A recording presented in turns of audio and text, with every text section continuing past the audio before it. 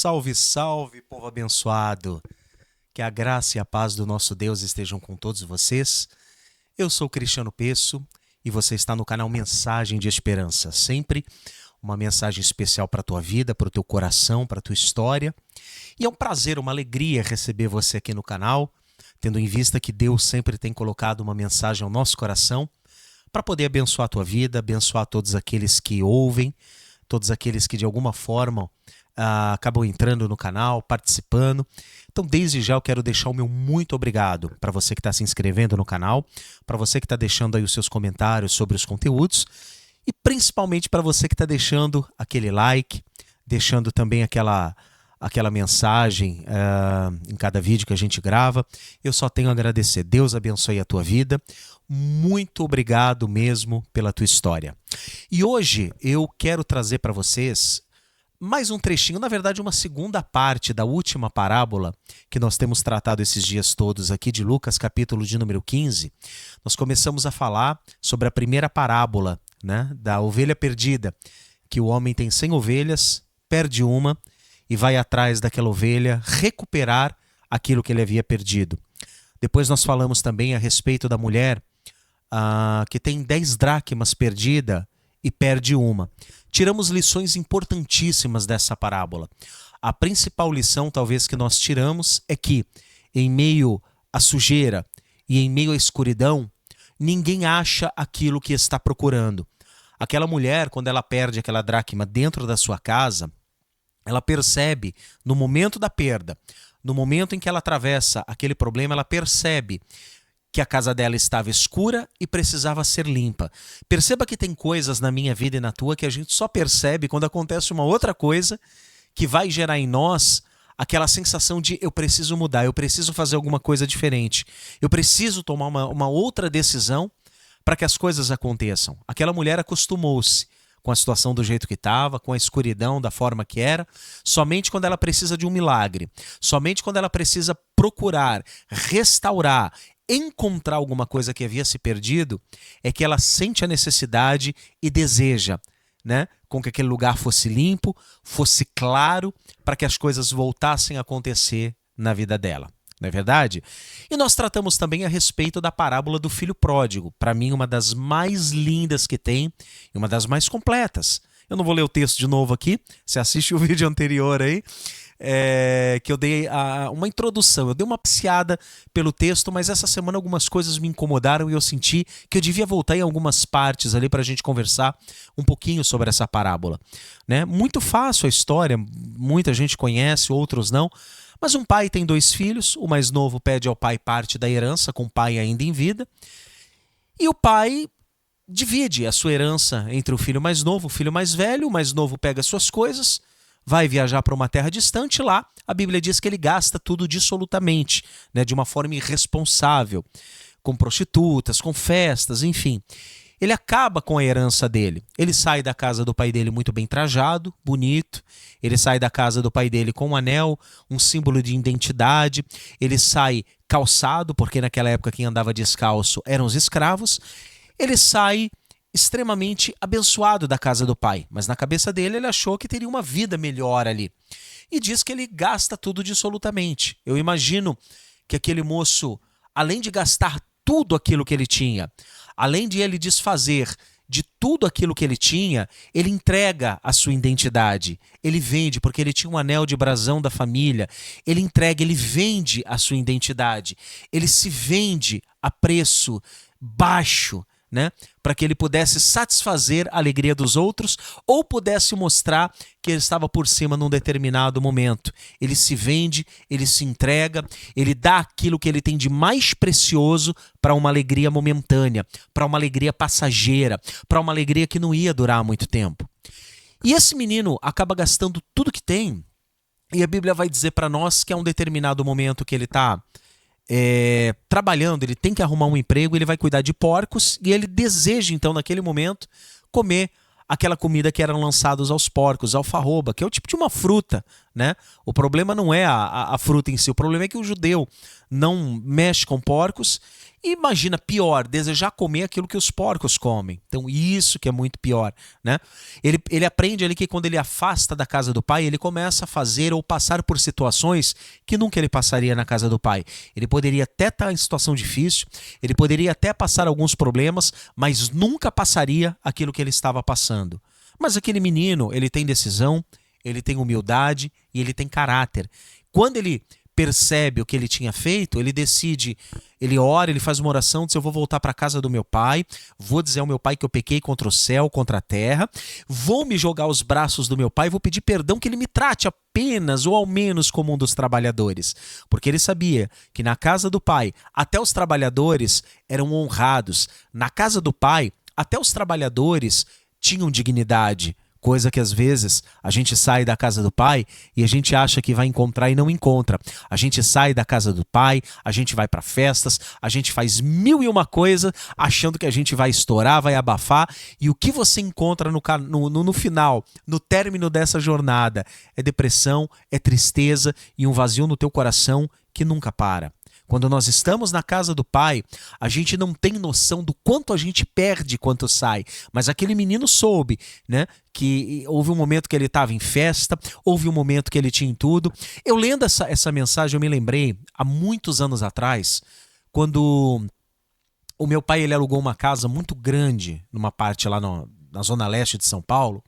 E eu lembro que nessa época o meu pai viajava demais e ele deixava a casa todo final de semana para mim. Ora, um jovem com 16, 17 anos ter na casa todo final de semana, é óbvio que sempre tinha festas. E a minha casa tinha 250, 300 pessoas todo final de semana. Era muita festa, era muita bebida, era muita comida e eu não sei de onde aparecia tantos amigos. E eu sei que o meu pai ele teve uma crise financeira, a empresa que ele trabalhava fechou, então aquela casa muito grande que era alugada, a gente precisou ir para uma outra bem longe, que era 4 vezes menor, mais ou menos, o tamanho da casa. Ou seja, numa casa cabia 300 pessoas, ela tinha um quintal que fazia um C, eu me lembro até hoje, e a gente foi para uma casa onde tinha um quintal que, sei lá, mal cabia 50 pessoas. E quando eu mudei, eu falei: gente, olha, a festa vai acontecer lá. Eu tinha uma sala muito grande, eu tinha 3 quartos naquela casa, e a casa vivia cheia. E essa não, essa só tinha um quarto. Para mim e para o meu pai, uma sala pequena, uma cozinha, um banheiro minúsculo. Quando as pessoas chegaram ali, que elas viram a casa, eu sei que de 350 pessoas, acho que 2 ou 3 só continuaram com amizade. Eu trouxe esse exemplo para você, porque de repente você está passando isso na tua vida. Você achou que você ia abafar, que você era a menina, que você era o cara, e de repente você se pega hoje sozinho perguntando: cadê os meus amigos? Ele perguntou também: cadê os meus amigos? Porque ele achou que na casa do pai ele estava preso, ele ia viver melhor, ele precisava sair. Enfim, eu falei muita coisa sobre isso no vídeo passado, mas hoje eu quero falar um pouquinho para você sobre a alegria de retornar e a tristeza de quem recebe. Ou melhor, a alegria de quem volta e a tristeza ou a decepção de quem recebe. Deixa eu abrir aqui que eu preciso ler um trechinho para você.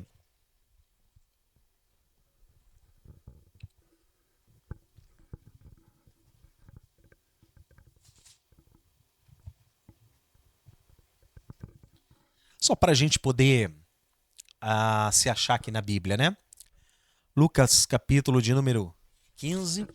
Eu abri no 5 aqui. Lucas, capítulo de número 15. Vamos lá.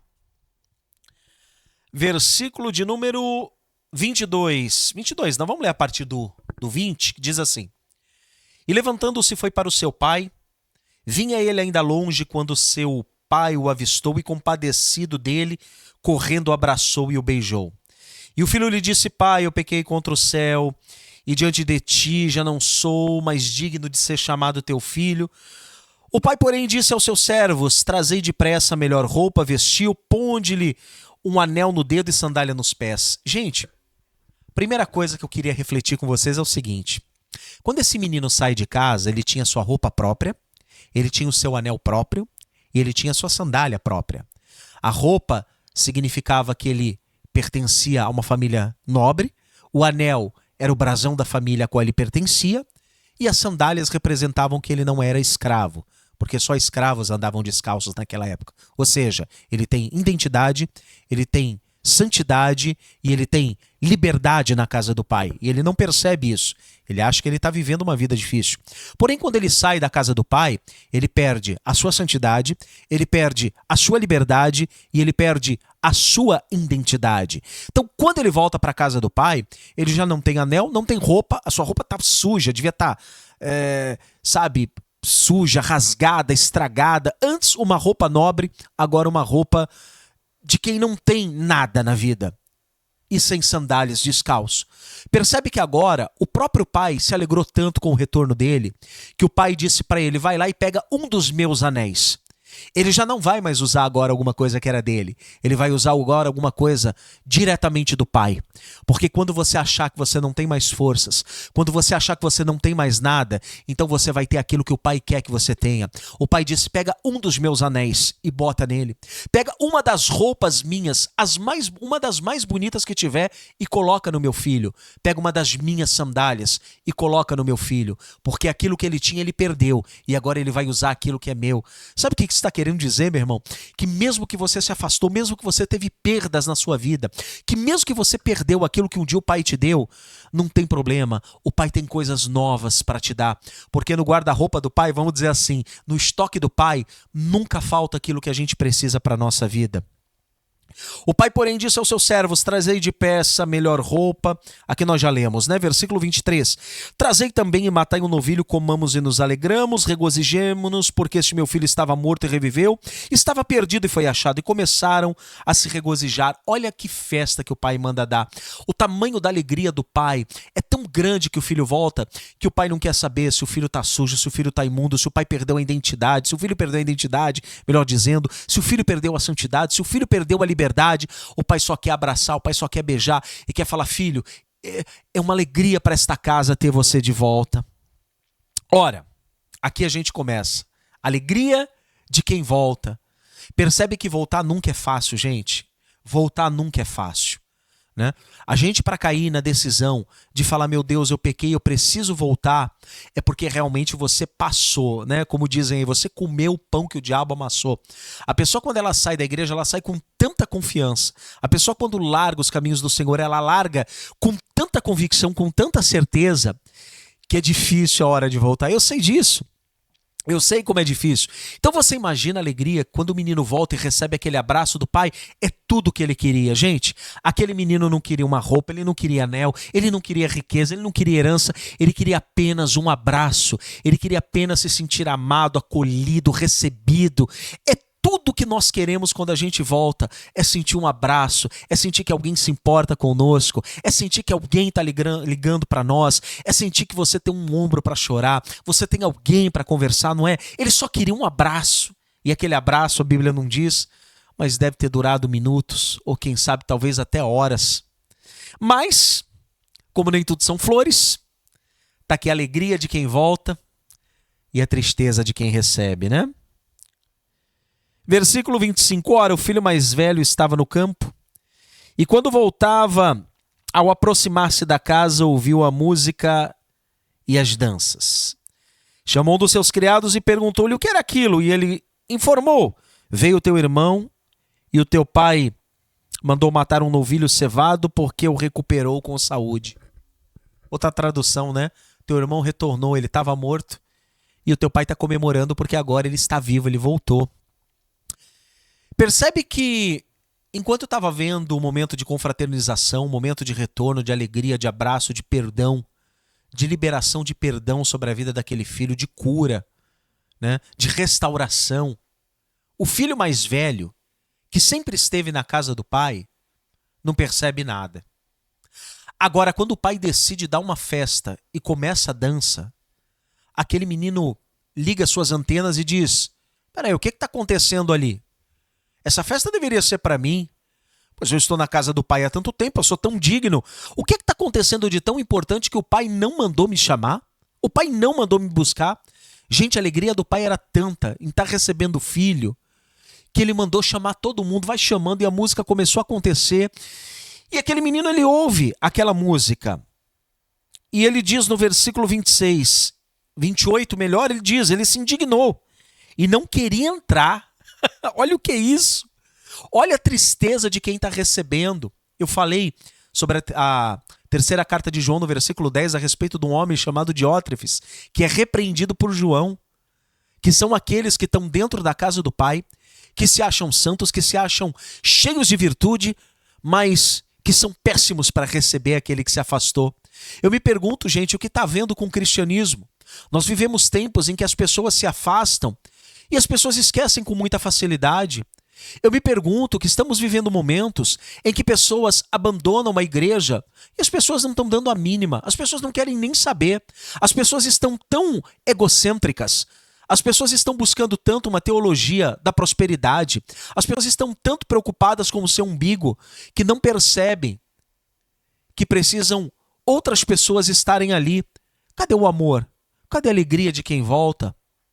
É muito mais fácil uma pessoa voltar, ela ser humilhada, ela passar por um sermão, ela passar por um sabão, como diziam os mais antigos, do que depois, do que primeiro ela ter aquele abraço, ela ser amada. Primeiro as pessoas vão olhar torto. Por isso que muita gente volta para o Pai, mas não tem coragem de voltar para a igreja. Uma pessoa que pertence a uma igreja, pertenceu há muitos anos, de repente caiu, pecou, fez o que, não sei o que aconteceu. Isso não é da conta de ninguém. O cair é do homem, o levantar é de Deus. A pessoa entra na igreja, a primeira coisa que acontece, você viu quem está aí?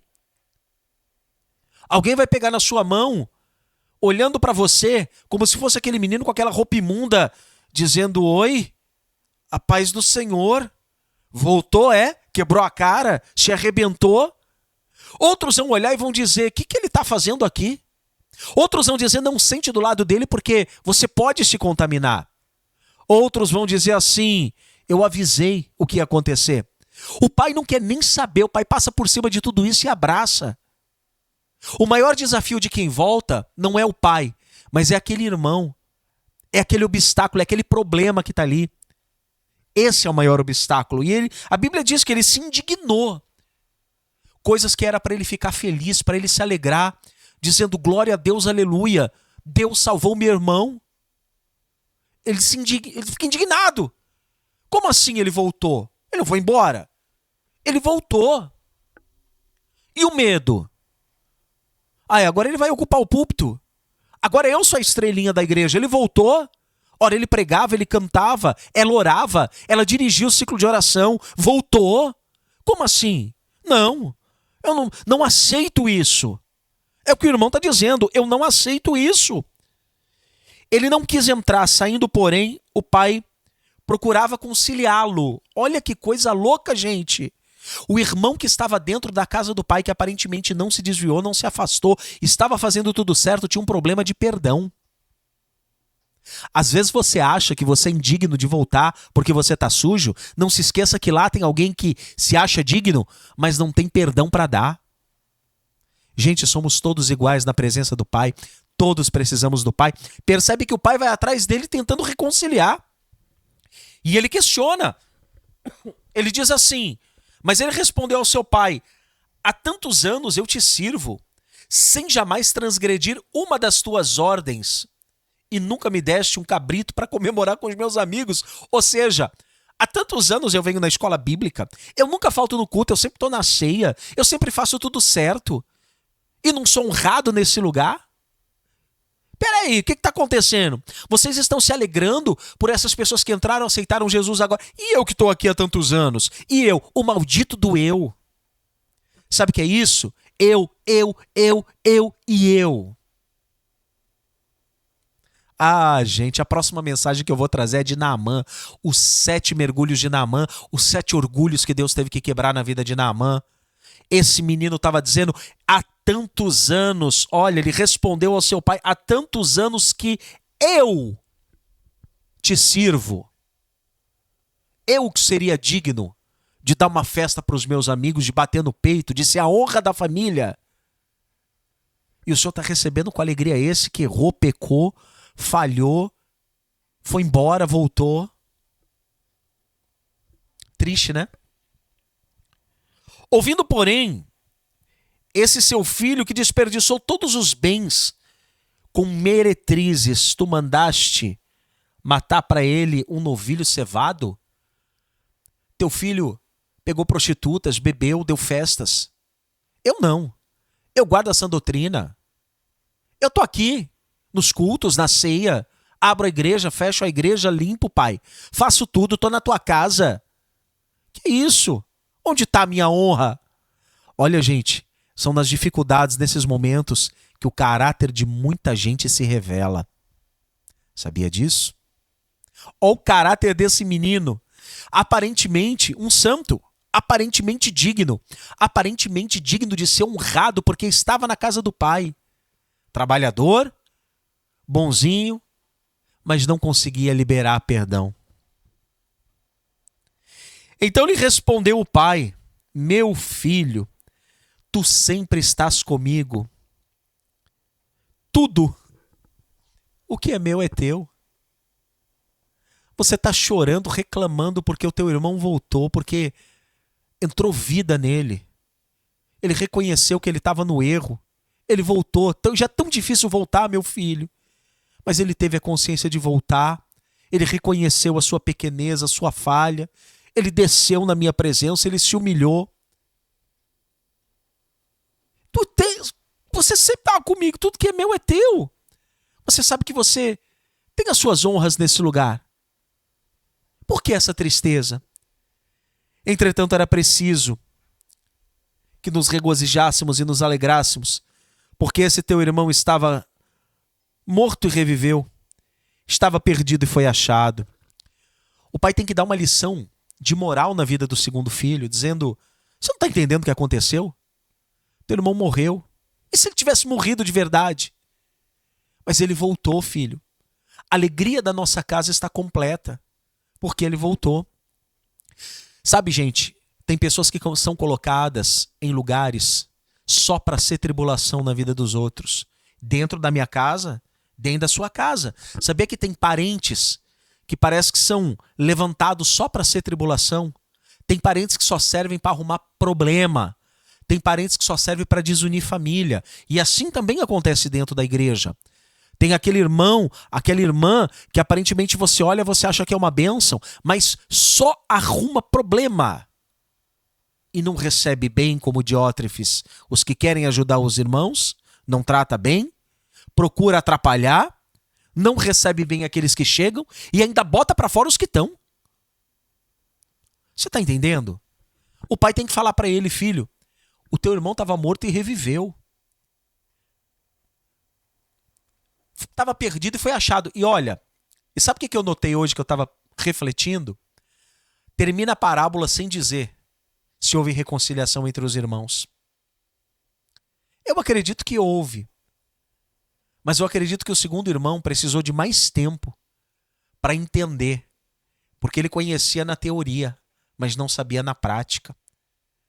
A gente só conhece, meu irmão, o amor pleno de Deus, o cuidado do Senhor, quando a gente se afasta, quando a gente faz alguma coisa e a gente percebe o tanto que a gente tinha na casa do Pai e o tanto que a gente deixou para lá. O que eu conheço de pessoas que se afastaram, que foram cantar na noite, que foram fazer outras coisas e de repente chegaram para mim e falaram: Cris, não tem mais jeito não, tem que voltar.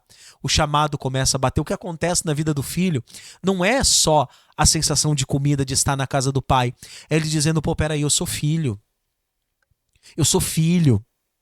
Eu tô passando por essa situação aqui, mas eu não precisaria, porque eu sou filho. E eu te pergunto, até quando você vai sofrer?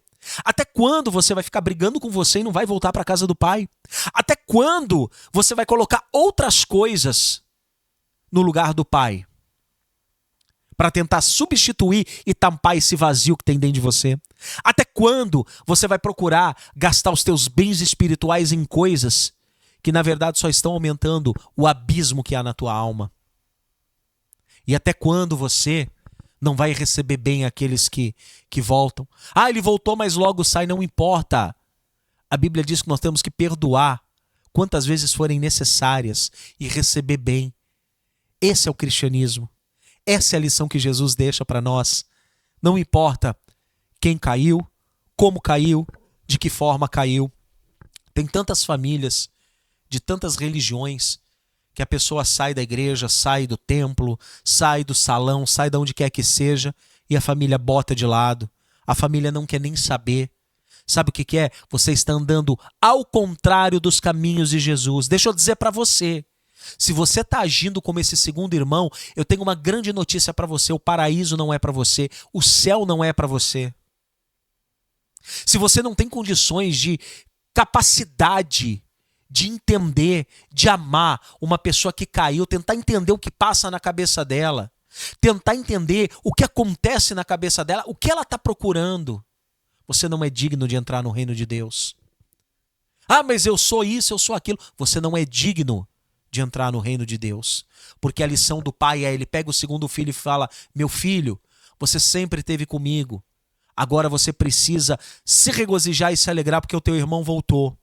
Quantas pessoas desviam dentro de casa e o teu pai, a tua mãe, o teu tio, a tua tia, seja quer que for, bota você pra fora e não quer mais. Quantas pessoas já passaram por isso? E você acha que você vai pro céu? E você acha que você vai fazer parte do reino de Deus? Se você não conseguiu amar uma pessoa aqui na terra, que é sangue do teu sangue, você acha que você é digno? Ah, mas o pastor disse. Ah, mas o bispo disse. Ah, mas o ancião disse. Ah, mas fulano disse. E o que é que Jesus diz?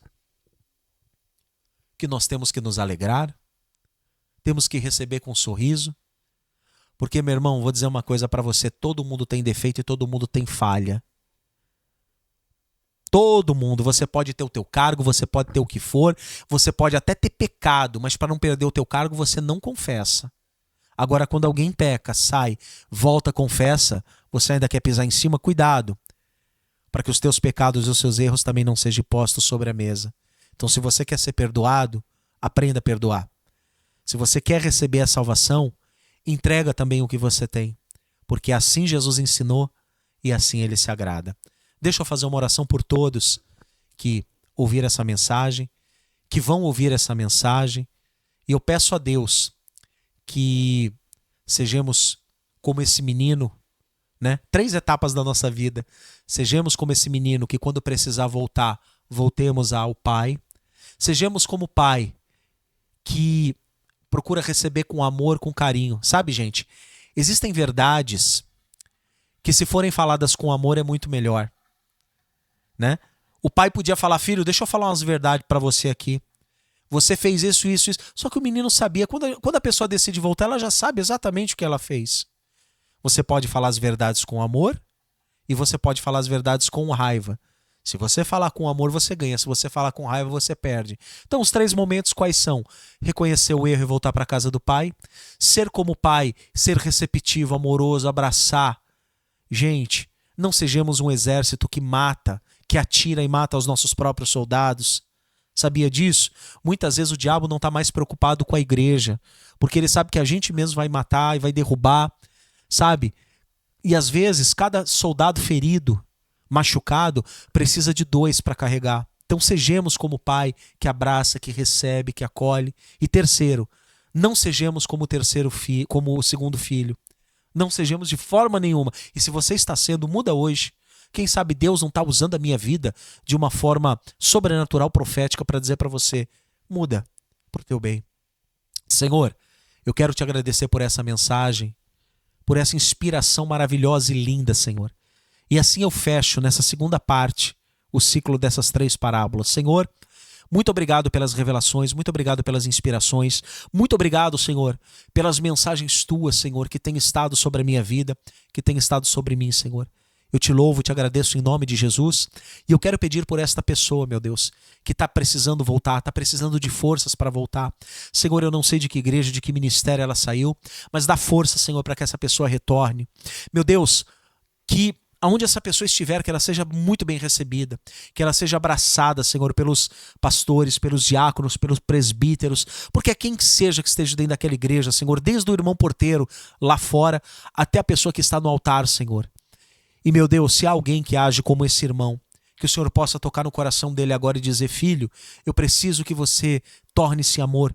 Eu preciso que você seja amor. Eu preciso que você ame, porque os mandamentos o Senhor Jesus reduziu em 2. Amar ao Senhor teu Deus acima de todas as coisas e o teu próximo como a ti mesmo. Então tá cheio de gente, Senhor, que é tão religioso, mas não ama nem a ti e nem ao próximo. Tá cheio de pessoas que dizem que ama tanto o Senhor, mas não ama o próximo. Tá cheio de pessoas que dizem que guarda a sã doutrina, que guarda a palavra, que guarda isso, aquilo, mas não consegue amar o próximo, Senhor.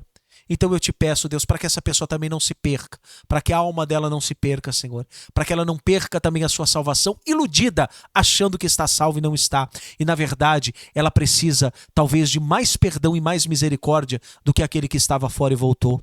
Pai, eu entrego todos na tua mão, em nome de Jesus. Queridos, que essa mensagem possa entrar com muito amor e carinho no teu coração e possa fazer a diferença. Eu sou Cristiano Peço. E esse é o canal Mensagem de Esperança, sempre uma mensagem para a tua vida, de amor, de esperança, de carinho, sempre uma mensagem que toque ao teu coração. Não se esqueça de deixar o like, aciona o sininho das notificações para você sempre ser notificado, sempre que a gente tiver um vídeo novo, uma mensagem nova. E compartilha, curta, deixa o like, ajuda a gente a dar uma fortalecida no canal e deixa um comentário, o que você achou, se você está passando alguma coisa, se você precisa que o seu nome seja colocado em oração, se você precisa voltar e não tem forças, deixa lá um comentário.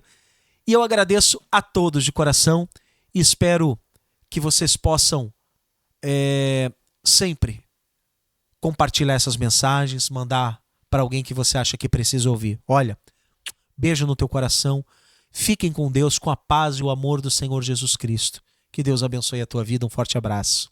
Deus abençoe.